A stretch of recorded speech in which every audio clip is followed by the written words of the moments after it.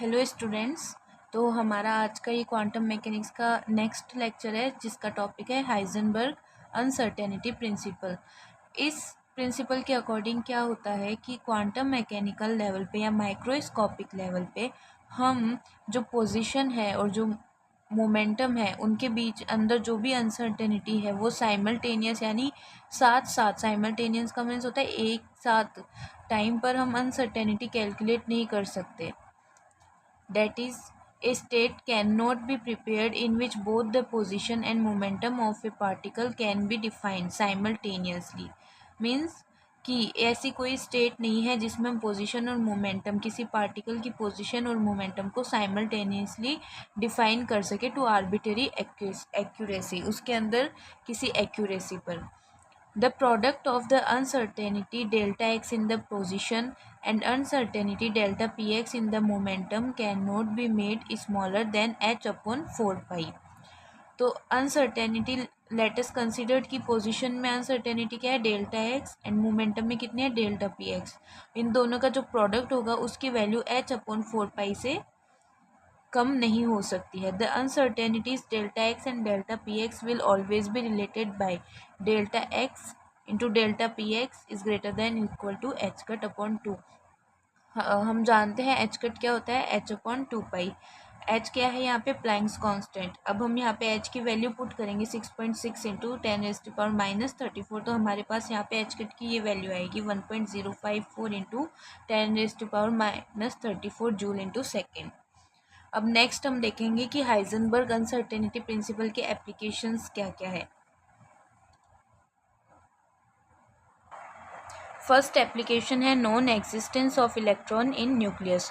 जो न्यूक्लियस होता है उसमें इलेक्ट्रॉन की नॉन एग्जिस्टेंस। हम जानते हैं कि न्यूक्लियस में क्या होता है, प्रोटॉन एंड न्यूट्रॉन, बट हम देखते हैं कि रेडियो एक्टिव डिके होता है जिसमें अल्फा डिके होता है, बीटा डिके होता है, गामा रेज का डिकेज होता है। और बीटा डिके में हमने देखा है कि इलेक्ट्रॉन्स का इमिशंस होता है। तो वो इमिशंस, वो इलेक्ट्रॉन कहाँ से आ रहे हैं, क्या वो न्यूक्लियस से आ रहे हैं, तो हमें ये देखना है। In radioactive decay alpha beta gamma rays are emitted by certain radioactive nuclei. The beta rays are electrons. The emission of beta rays by a radioactive nucleus में imply existence of electron in nucleus. जो beta rays निकली है वो ये imply करती है कि nucleus में कहीं ना कहीं इलेक्ट्रॉन्स होते हैं। लेट अस अज्यूम, बट हम जानते हैं कि इलेक्ट्रॉन नहीं पाए जाते हैं, बट हम एज्यूम करेंगे कि जो इलेक्ट्रॉन है वो न्यूक्लियस के इनसाइड है।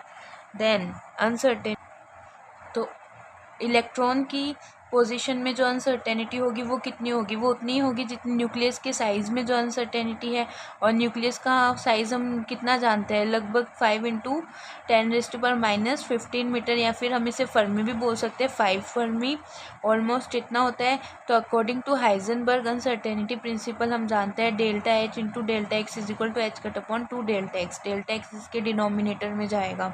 अब हम यहाँ पे वैल्यू पुट करेंगे, यहाँ पे एच कट की वैल्यू पुट करेंगे और डेल्टा एक्स की वैल्यू जो हमने देखी है कि न्यूक्लियस के साइज़ के अकॉर्डिंग होती है, तो उसकी वैल्यू हमारे पास निकल के आती है 1.054 इंटू 10⁻⁻20 किलोग्राम मीटर पर सेकेंड।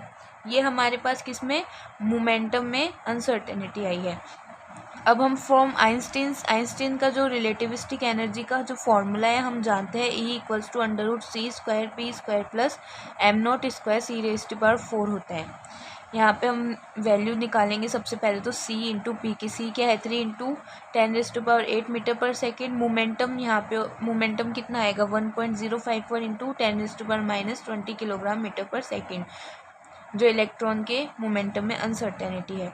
तो अब हम इसको कैलकुलेट करेंगे तो हमारे पास लगभग जूल में वैल्यू आएगी और हम उसको इलेक्ट्रॉन वोल्ट में कन्वर्ट करने के बाद हमारे पास फाइनल वैल्यू आएगी 20 मेगा इलेक्ट्रॉन वोल्ट।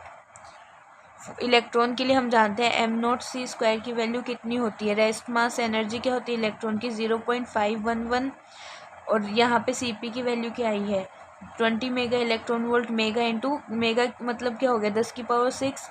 अब यहाँ पे हम ये दोनों वैल्यू पुट करेंगे, m0c² की वैल्यू पुट करेंगे और Cp की वैल्यू इधर पुट करेंगे। तो हम देखते हैं कि m0c² जो रेस्ट मास एनर्जी है वो Cp से बहुत कम है, जो हमने इलेक्ट्रॉन की निकाली है रिलेटिविस्टिक एनर्जी के अंदर। तो इसको हम नेगलेक्ट कर सकते हैं सी स्क्वायर के होल स्क्वायर को, और हमारी एनर्जी जो इलेक्ट्रॉन की एनर्जी है वो ऑलमोस्ट कितनी होगी, E=CP, जो कि क्या होगी 20 mega electron volt. But actual में इतनी एनर्जी नहीं होती है, इतनी ज़्यादा एनर्जी नहीं होती है। जो इमिटेड इलेक्ट्रॉन होता है बीटा, जो हम रेडियो एक्टिव डिके करते हैं जिसमें बीटा जो रेज निकलती है, उनकी जो एनर्जी है एक्सपेरिमेंटली देखी गई है कि वो 2-3 मेगा इलेक्ट्रॉन वोल्ट ही होती है, उससे ज़्यादा नहीं होती। तो but in actual the energy for emitted electron is order of 2 to 3 mega electron volt, जो कि बहुत ज़्यादा डिफरेंस है इनके बीच में। Due to this large difference in energy electron can not exist in nucleus. इस वजह से इसकी जो एग्जिस्ट न्यूक्लियस में जो इलेक्ट्रॉन की एग्जिस्टेंस नहीं हो सकती, क्योंकि न्यूक्लियस में तभी एग्जिस्ट कर पाएगा इलेक्ट्रॉन जब उसकी एनर्जी कितनी होगी 20 मेगा इलेक्ट्रॉन वोल्ट, यानी कि इतनी ज़्यादा एनर्जी होनी चाहिए उसके पास।